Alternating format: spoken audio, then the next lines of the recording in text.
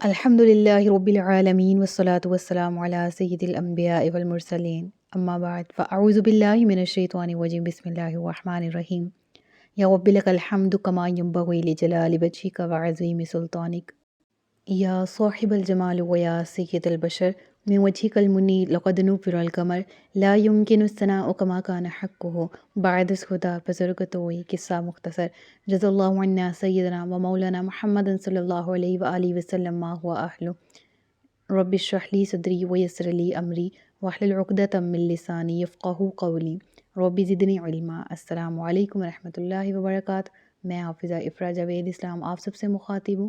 اپنے YouTube channel infinite اسلام میں آپ سب کو خوش آمدید کہتی ہوں۔ امید کرتی ہوں آپ سب خیریت سے ہوں گے، زندگی پرسکون، پر اطمینان اور ایمان بالخیر گزر رہی ہوگی۔ پارہ نمبر 21 سورۃ العنکبوت، اردو ترجمہ اور تفسیر۔ اس کی گزشتہ آیت نمبر 51 تک ہم نے گزشتہ اسباق میں اس کو پڑھ لیا۔ آج کے سبق میں آیت نمبر 52 سے باقاعدہ آغاز کیا جا رہا ہے، جس میں اللہ رب العزت ارشاد فرماتا ہے: قل کفی باللہ بینی و بینکم شہیدا یعلم ما فی السماوات والارض والذین آمنوا بالباطل وکفروا باللہ اولئک هم الاخسرون۔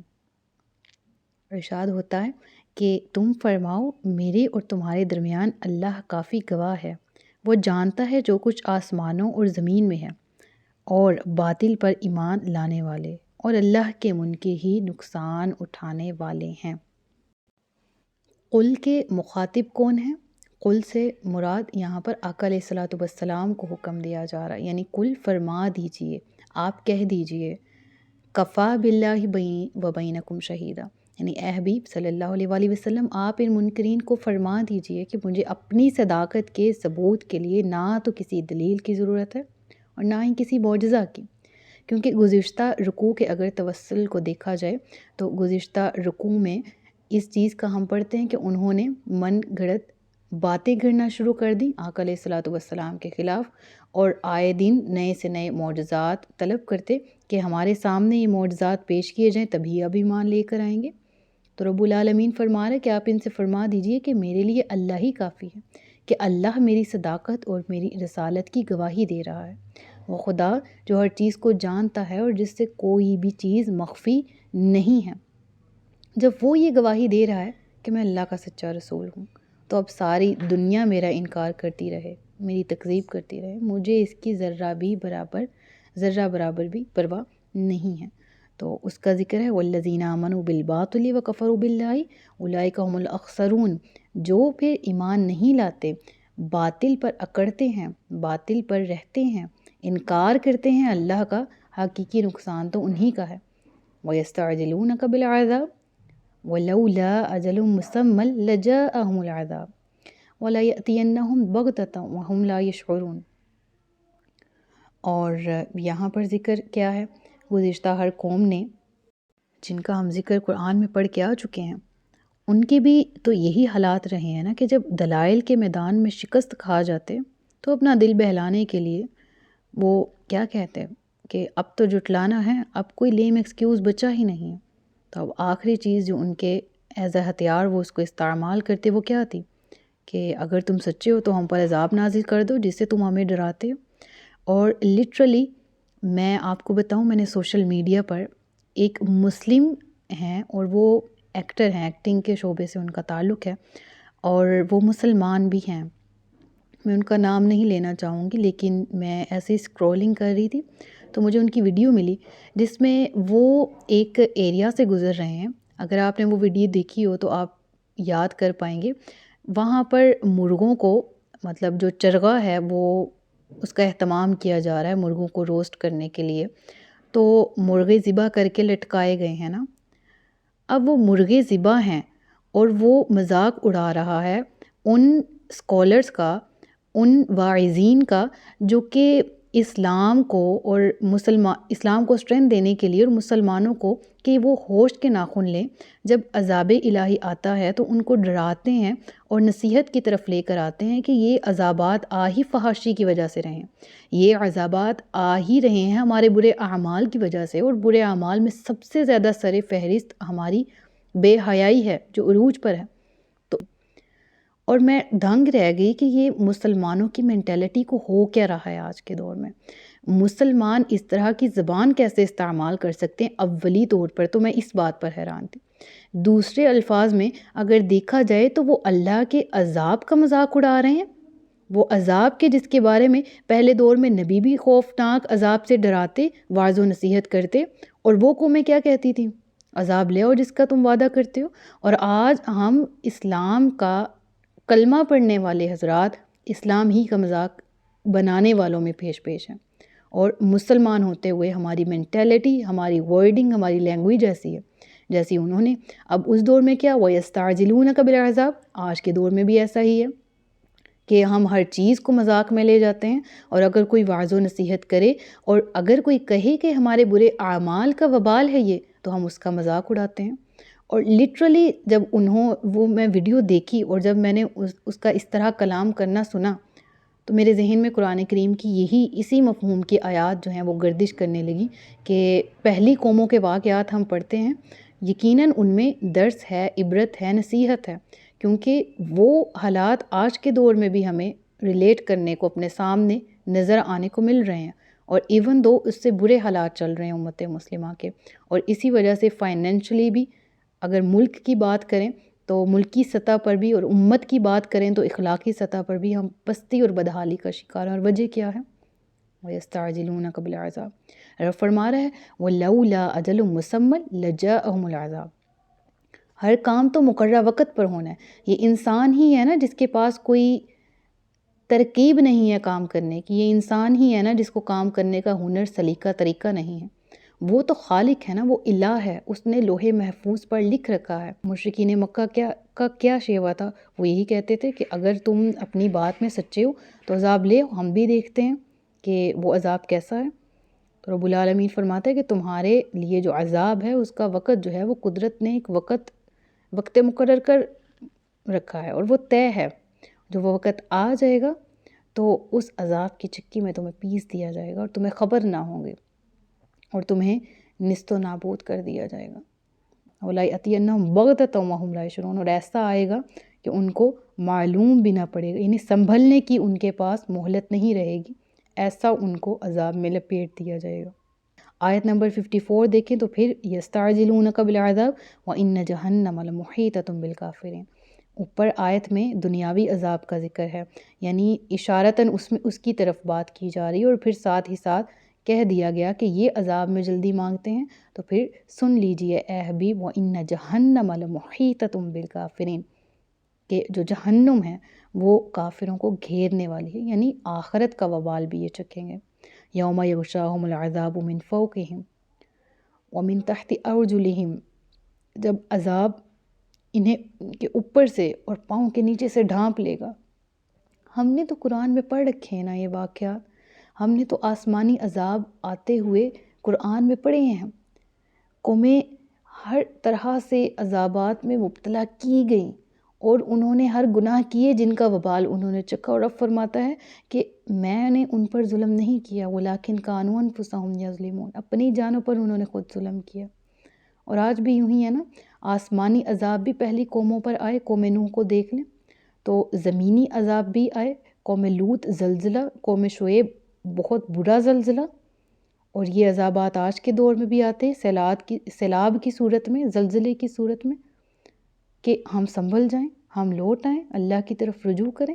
لیکن بجائے اس کے ہم مزید دنیاوی معاملات سے اس کو ریلیٹ کرتے ہوئے، اس کو اپنے لیے ایک مہلت سمجھنے کے بجائے ہم اس کو قدرتی آفات سے ریلیٹ کرتے ہوئے ٹالنے کی کوشش کرتے ہیں. اور اس رویے سے ہمیں سیکھنے کی ضرورت ہے. پھر ذکر آ رہا ہے نا یوم یغشاہم العذاب من فوقہم ومن تحت ارجلہم ویقول ذوقوا ما کنتم تعملون، اور پھر کہا جائے گا کہ وہ چکھو جو تم اپنے عمل کیا کرتے، یعنی اپنے کرتوتوں کا مزہ چکھو آپ. یا عبادی الذین آمنوا ان ارضی واسعۃ فایای فاعبدون، بہت امپورٹنٹ آیت ہے، آیت نمبر 56. اس میں یہ وہ وقت ہے کہ بے بس مسلمان مکہ کے جو ظلم و ستم ہیں اور ان سے بہت زیادہ مجبور ہو چکے ہیں اور اذیتوں سے بہت سے لوگ ایسے ہیں جو ڈرتے ہیں اور ڈرنے کے باوجود وہ ایمان جو ہے وہ اتنا ظاہر نہیں کر پا رہے کہ اگر ظاہر کر دیا، اگر انہیں بتا دیا کہ ہم ایمان والے ہیں تو یہ ہمارے ساتھ بھی وہی سلوک کریں گے جو ہمارے سامنے دوسرے اہل ایمان کے ساتھ ہوتا آ رہا ہے۔ کبھی بلال حبشی کو، کبھی حضرت خباب بن ارت کو، حضرت عمار بن یاسر کو، حضرت سمیہ، حضرت یاسر کو، تو انہوں نے ان کے حالات سامنے دیکھے تو مسلمان بہت زیادہ سہمے ہوئے تھے۔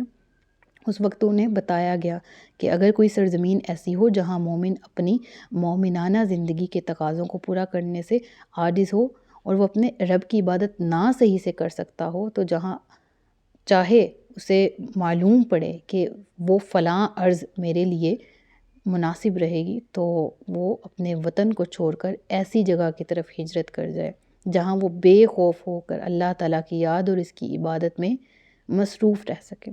تو علماء فرماتے ہیں، مورخین فرماتے ہیں کہ اس آیت میں ہنٹ ہے مسلمانوں کے لیے ہجرت مدینہ کا، یعنی انہیں ہنٹ دیا گیا کہ آپ مکہ چھوڑ کر مدینہ کی طرف ہجرت کر کے جا سکتے ہیں۔ تو اس کا یہاں پر ذکر ہے کہ اللہ کی زمین بہت فراخ ہے، یہاں نہیں تو کہیں اور چلے جاؤ، یہاں مکہ نہیں تو مدینہ چلے جاؤ جہاں تمہیں میری یاد سے کوئی اور روکنے والا نہ ہوگا۔ اور پھر ذکر آیا کل نفس ذائقۃ الموت ثم الینا ترجعون، یہ زندگی فانی ہے اور ہر شخص نے ایک دن موت کا ذائقہ چکھنا ہے۔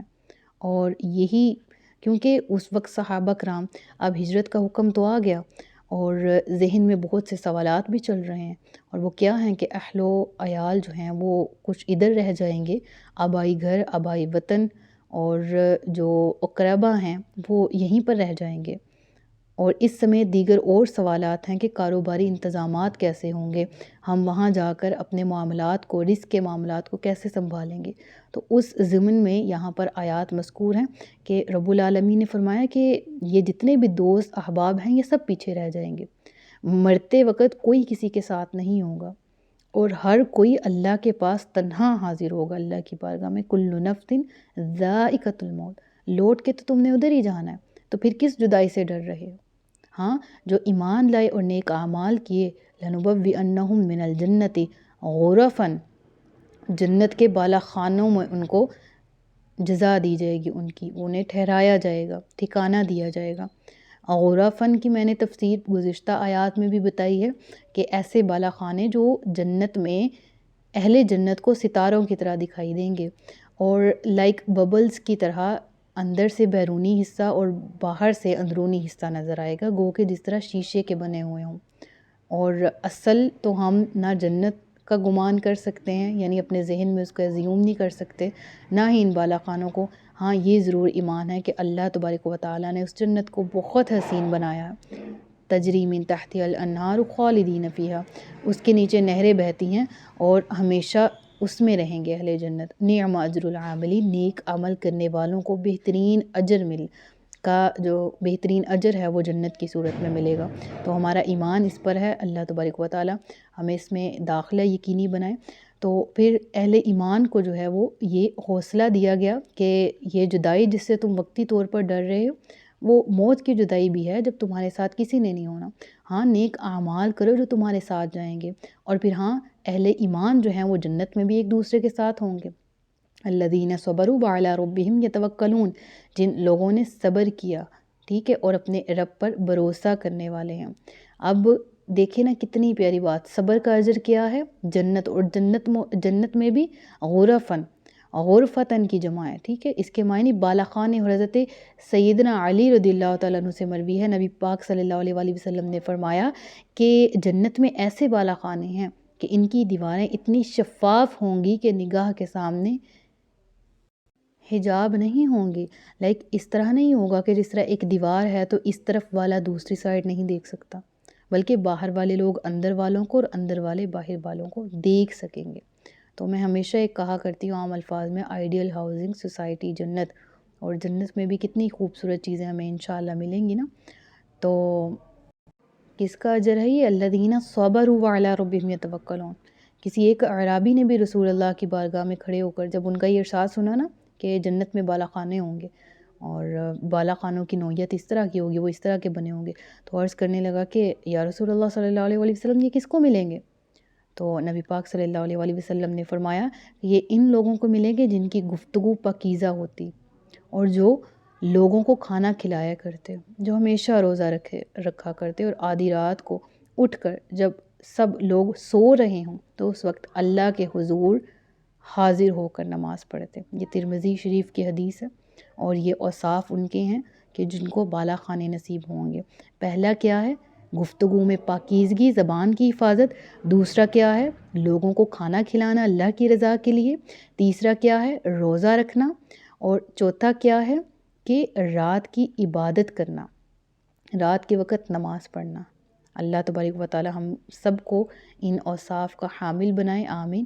وَكَأَيٍّ مِّن دَابَّةٍ لَّا تَحْمِلُ رِزْقَهَا اللَّهُ يَرْزُقُهَا وَإِيَّاكُمْ وَهُوَ السَّمِيعُ الْعَلِيمُ۔